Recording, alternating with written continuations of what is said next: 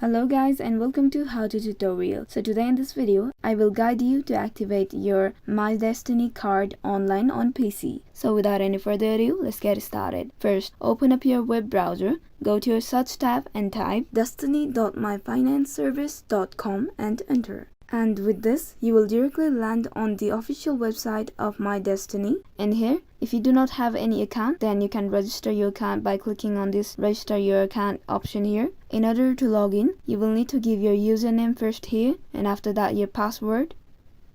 And if you have forgotten your password or username, then you can recover them by clicking on this forgot your username or password and through the process. And after all this, all you need to do is click on this login button right here.